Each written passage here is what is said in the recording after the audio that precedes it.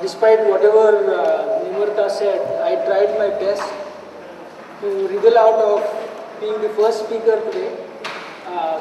She gave me a lot of incentive.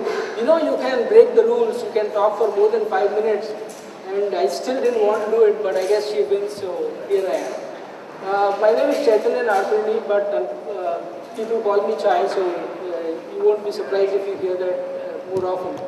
My title for today's talk is Give Till It Hurts, and I can assure you I am not a fundraiser. Okay?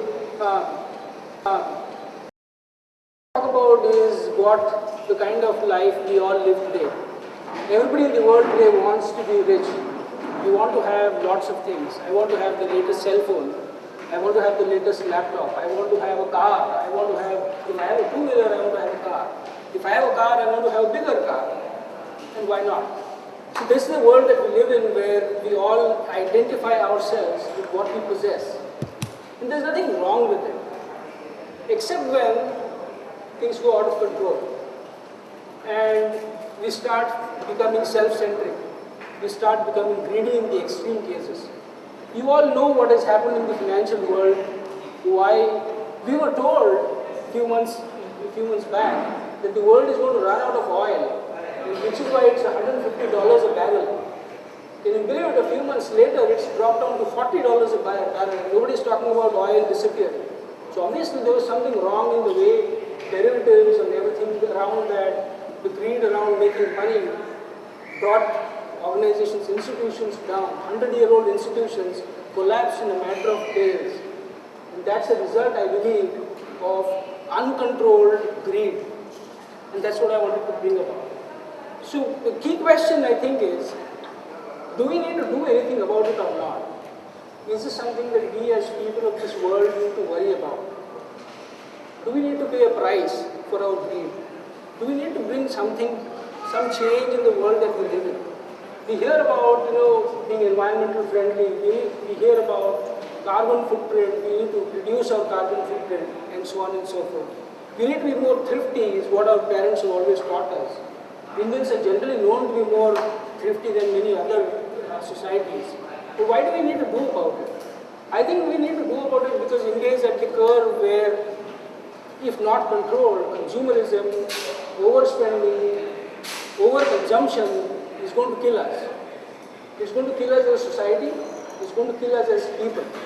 And we may not live to see the impact of what this means for our children, for our grandchildren. There's a little child there, probably a few months old.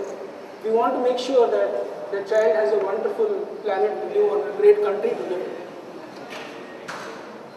A lot of people, whether atheists or not, religiously minded or not, are aware that religions, all the major religions, every single religion expounds, preaches sacrifice. It talks about the value of giving. It talks about charity, and so on. This is nothing new. This is not Hinduism, Christianity, Islam, Buddhism. Every single religion propounds for that. So this is nothing new for us. And we often do something about it. Typically what we do on a day-to-day basis is we give small change. You're walking around on the street, you're shopping, and you see a beggar, and I'll typically reach out to my pocket, find a small or a medium-sized coin, bring it out and give it. We do that. So many of us do that, right? And this is not something that we are ashamed to do. We are not saying that we are trying to allow the beggar to continue begging. We are not going to do it. We are just trying to help out. And usually we feel good about it. Nobody feels, if you're tested by the beggar, maybe you will. But usually when you do it out of your own self, you feel good about it. Unfortunately, we feel good about it only for a few minutes.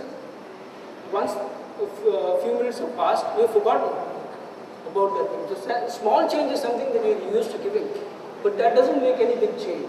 There's no lasting impression of having donated something. Do we need to do more? Of course, there are a lot of people who actively donate, actively contribute to social causes. They actively contribute to NGO organizations or charitable institutions and so on. So obviously we do. And I think we need to do more about this. And the thing that I want to talk about is we should be giving, there are two things that we can give.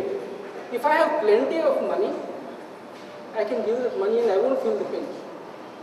But if I didn't have plenty of money and I still gave, it's going to cause me a little bit of pain. But the happiness that I will get out of giving something that's precious to me is significantly more than giving something that's available to me in plenty. So here's the point about giving something. We should give something that is going to make us think twice. Should I be really giving this? So if I wanted to, if there was a beggar, and if I were to say, okay, I'll give him a 2 rupee coin, I won't think twice. If the thought came to my mind, should I give him a 100 rupee note? I'm going to think twice about it. Maybe even if I did it or not, it might or might not have changed the person's life. Maybe I wouldn't be significantly poorer, but I would have thought about it. 100 rupees pinches me a little more than 2 rupees. So the point I'm trying to make is, when we give something, whatever it is that we're trying to give, I'm not here saying we should give money. I'm talking about creating a culture of giving. Whether you're giving time, you're giving away your clothes. We often give used clothes. How many of us give our brand new clothes?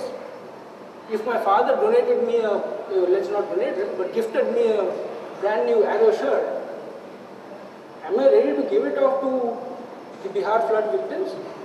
Or am I going to keep it and say, oh, here's a 10-year-old shirt that's probably torn somewhere and I can give that off?